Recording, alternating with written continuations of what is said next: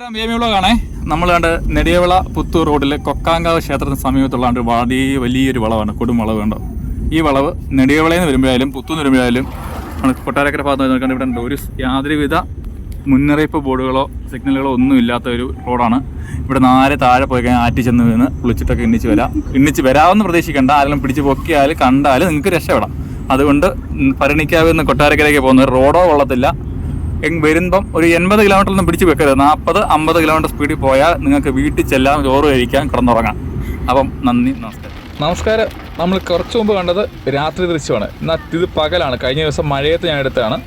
ഭയങ്കര കുഴിയൊക്കെയുള്ള സ്ഥലമാണ്. എന്നാൽ നമ്മൾ ഫർണിക്കാവിൽ വരുമ്പോൾ ഏറ്റവും വലിയ ഡേഞ്ചറാണ് കേട്ടോ. ഫർണിക്കാവിൽ വരുമ്പോൾ അമ്മയുടെ മുമ്പിലേക്ക് വന്ന വഴിയാണിത്. ഇവിടെ യാതൊരുവിധ ബോർഡുകളില്ല. താഴോട്ട് പോയാൽ നേരെ കുഴിയിലൂടെ ഇറങ്ങി ആറ്റി ചെന്ന് കയറാം, കുളിച്ചിട്ടൊക്കെ വരാം. ആ വളവ് കണ്ടില്ല, വളരെ മനോഹരമായ വലിയ വളവാണ്, കൊക്കാങ്കാവിലെ വളവാണ്. അവിടെ ഒരു ഹോസ്റ്റലൊക്കെ ഉണ്ട്. അവിടെ ഒരു വളവാണ്, വലിയ കൊടും വളവാണ്. ആ വളവ് കഴിഞ്ഞാൽ കുന്നത്തു പാലം, നമ്മുടെ MLA പറഞ്ഞ നമ്മുടെ സ്വന്തം പാലം.